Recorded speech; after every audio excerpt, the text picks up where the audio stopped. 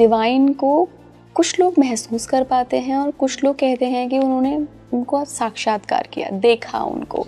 तो ये भी क्या साधक के अपनी अपनी स्पिरिचुअल जर्नी पे डिपेंड करता है कि वो किस रूप में उसको एक्सप्लोर करें? अगर हमें साक्षात्कार होते हैं, हमें दिखाई देता है, अच्छी बात है, लेकिन उन चीज़ों की उम्मीद से हम अपनी साधना को नहीं। आजकल हमें एफर्ट नहीं करना पड़ता, ज़रूरी नहीं है कि कोई मुझसे आके कुछ कहे तब मैं लो फील करूँ। मैं बैठे बैठे भी बहुत लो फील कर सकती हूँ। क्यों? क्योंकि स्पिरिचुअल अकाउंट में डेबिट है। दीदी, आपने कहा कि आत्मा के बड़े प्यारे से 7 गुण हैं। नफ़रत तो आत्मा का गुण ही नहीं है, फिर ये नफ़रत का गुण इस पूरी धरती पर, इस ह्यूमन बीइंग में कहाँ से आया? एक है गुस्सा किया, गुस्से का संस्कार स्ट्रॉन्ग बना। दूसरा है पीस क्रिएट किया, थॉट क्रिएट किया, I am okay, I am peaceful, peace का संस्कार बना। दीदी, आज मैं आपके एक रिसर्च टॉपिक पर बात करना चाहती हूँ, जो कि आपने कॉन्शियसनेस पर काफ़ी रिसर्च की है, काफ़ी लिखा है इस पर। तो मैं चेतना पर बात करना चाहूँगी। कई बार क्या होता है ना दीदी, जब भी हम कुछ लोगों से मिलते हैं तो एक तो होता है उनका एनर्जी फील्ड, एक होता है उनकी चेतना का स्तर।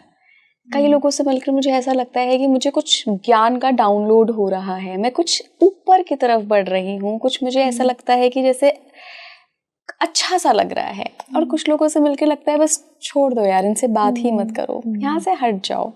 क्या कारण होता है इसमें? चेतना का क्या रोल होता है? जहाँ पे हम स्पिरिचुअलिटी की बात करते हैं, और जैसे कि आपने कहा कि एक एनर्जी फील्ड या एक ऑरा हमारा जो बन जाता है, वो बनता है आत्मा ने, मतलब मुझ आत्मा ने। मैं एनर्जी, आत्मा, रूह, जो भी नाम से हम अपने आप को बुलाएं, लेकिन it is that being, that consciousness है ना।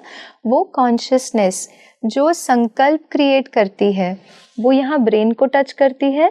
ब्रेन वेव्स बनती हैं। वो ब्रेन वेव्स जो हैं वो हमारी एनर्जी फील्ड क्रिएट करती हैं, जिसे हम ऑरा कहते हैं।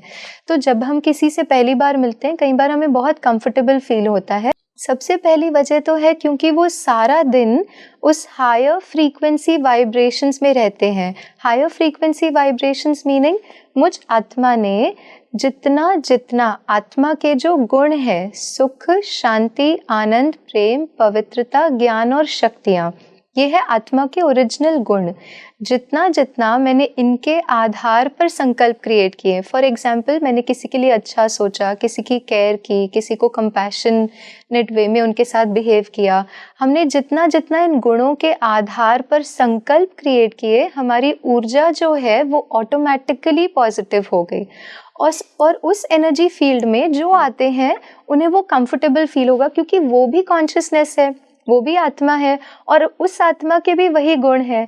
तो कहीं ना कहीं वो फिर ऑटोमेटिकली औरों को कंफर्ट देती है। लेकिन जैसे जैसे सपोज आज मैं सोच रही हूँ इनके साथ अच्छा हो रहा है, मेरे साथ क्यों नहीं हो रहा है, या हम किसी के प्रति कोई भी नेगेटिव संकल्प या भाव क्रिएट करते हैं, हमारी एनर्जी फील्ड ऑटोमेटिकली नेगेटिव हो जाती है। तो सबसे पहले तो आधार है जो संकल्प हम क्रिएट करते हैं, थॉट, फीलिंग, एक्सपीरियंस, और वो हमारी एनर्जी फील्ड भी बना रही है। और उसका इम्पैक्ट जो है, हम जिनसे भी मिलते हैं उन पर भी उस एनर्जी फील्ड का इम्पैक्ट होता है।